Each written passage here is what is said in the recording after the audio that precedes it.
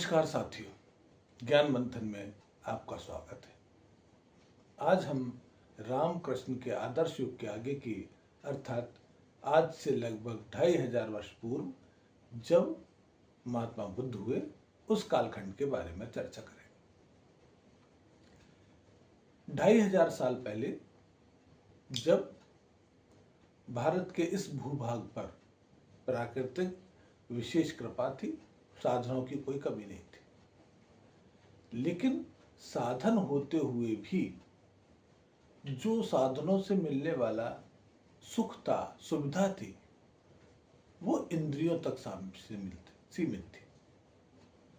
इंद्रिय सुख क्षणिक होता है, तो उस क्षणिक सुख को त्याग कर एक ऐसा सुख जो नियम एकदम निरंतर हो, जिसका अंत न हो, ऐसे सुख की तलाश में लोगों ने अपना जीवन समर्पित किया।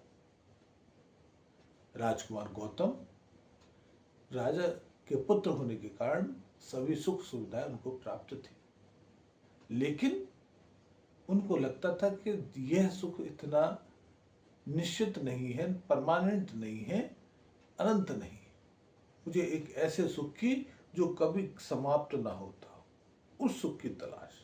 उसमें उन्होंने घर को त्यागा, राजकीय सुविधाओं को त्यागते हुए वन में गए और वहां पर 12 वर्ष तक कठोर तपस्या की। बुद्ध गया में जाके उनको ज्ञान प्राप्त हुआ और फिर उन्होंने उस ज्ञान को समाज के लोगों को बांटना प्रारंभ किया। इस बांटने के क्रम को ही हम लोग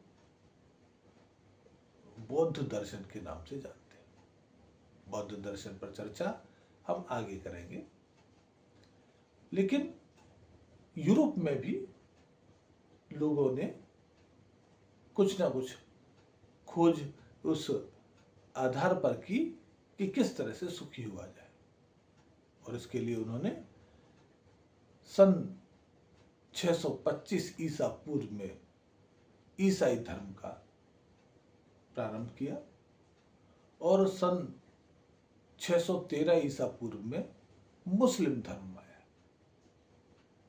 सबका उद्देश्य यही कि किस प्रकार से मानव सुखी हो सकता है, और ये क्रिया आज भी जारी है। हमने देखा मानव जो विकास क्रम में चला तो उसने सबसे पहले मशीन बनाई, तो वो था पहिया। पहले पत्थर का बनाया, फिर लकड़ी का बनाया, और जब धातु की खोज कर ली तो उसने धातु का पहिया बनाया। उस धातु के पहिए को जब बनाया, उससे मशीनें भी बनाई, एक संदूक भी बनाया, और वो संदूक वो सर पर रख के ढूंढता रहा। आज भी आप ब्लैक एंड वाइट पिक्चरों में देखेंगे कि हीरो जो गांव से आ रहा है शहर की ओर, सर पर संदूक रखा हुआ है और उसकी पतली 10 कदम पीछे पीछे पीछे घूंघट की ओर चली आ रही। तो वो बॉक्स ढोता रहा सर पर रख के। एक दिन उसके मन में विचार आया कि जिस पहिए की गाड़ी पर बैठकर मैं यात्रा करता हूँ, क्या इस बॉक्स में भी वही पहिए लगा दिए जाए छोटे छोटे, तो ये जो बॉक्स का भार है कितना कम हो जाएगा।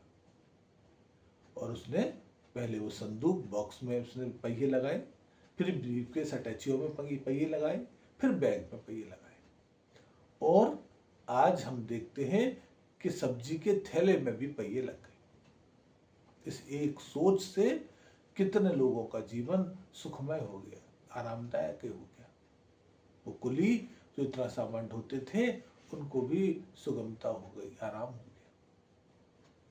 और ये सब अभी 20 साल पहले तक की घटना है, यानी हम सैकड़ों साल तक उस बोझ को सर पर रख के ढोते रहे।